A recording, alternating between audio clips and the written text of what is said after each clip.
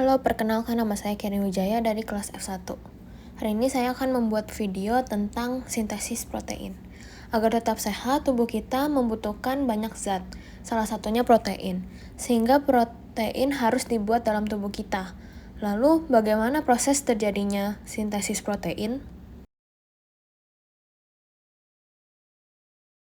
Secara umum, proses sintesis protein dibagi menjadi dua, yaitu transkripsi dan translasi. Transkripsi merupakan pembuatan salinan mRNA yang berasal dari DNA. Sedangkan, translasi merupakan proses penerjemah mRNA menjadi protein. Proses yang pertama ada transkripsi, di mana proses ini terjadi di dalam nukleus. Ada 3 tahap yang terjadi, yaitu inisiasi, elongasi, dan terminasi. Saat terjadi transkripsi DNA, yang ada di nukleus akan dihampiri oleh polimerase.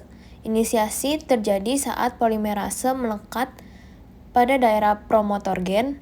Pada saat itu, RNA polimerase akan mulai membentuk mRNA melalui cetakan DNA antisense.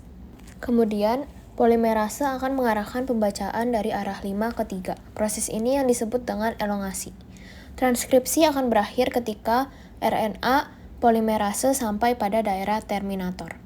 Setelah itu terjadilah splicing, di mana pemotongan intron yang tidak ditranslasi, sehingga intron dibuang dan hanya ekson yang ditranslasi. Dan terjadi capping adalah penambahan GTP pada ujung 5' mRNA dan penambahan poliadenin pada ujung 3. Setelah terjadinya transkripsi mRNA, yang ada di nukleus akan berpindah ke sitoplasma, di mana sitoplasma ada ribosom. mRNA ini merupakan template untuk membuat protein, di mana kita ketahui bahwa mRNA ini mengandung 3 jenis basa nitrogen yang disebut codon. Jadi translasi adalah proses penerjemah mRNA menjadi protein. Proses inisiasi terjadi ketika ribosom subunit kecil terikat pada mRNA dan akan bergerak dari arah 5 ke 3. Ketika sudah menemukan kodon AUG, tRNA akan membawa asam amino dan antikodon dan akan melekat pada mRNA. Kemudian, ribosom subunit besar akan datang dan terikat pada ribosom subunit kecil untuk melengkapi proses inisiasi. Ribosom subunit besar memiliki 3 bagian, yaitu E, P, dan A.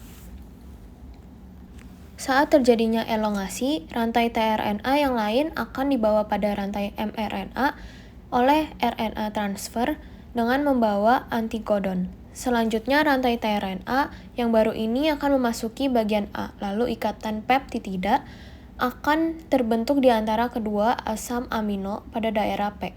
Setelah itu, ribosom akan bergeser dan tRNA akan memasuki daerah E. Siklus ini akan terulang terus sampai pada tahap terminasi.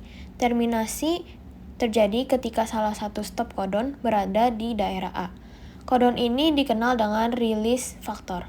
Ketika release factor memasuki daerah A, secara nggak langsung polipeptida akan rilis dari ribosom dan ribosom akan pergi.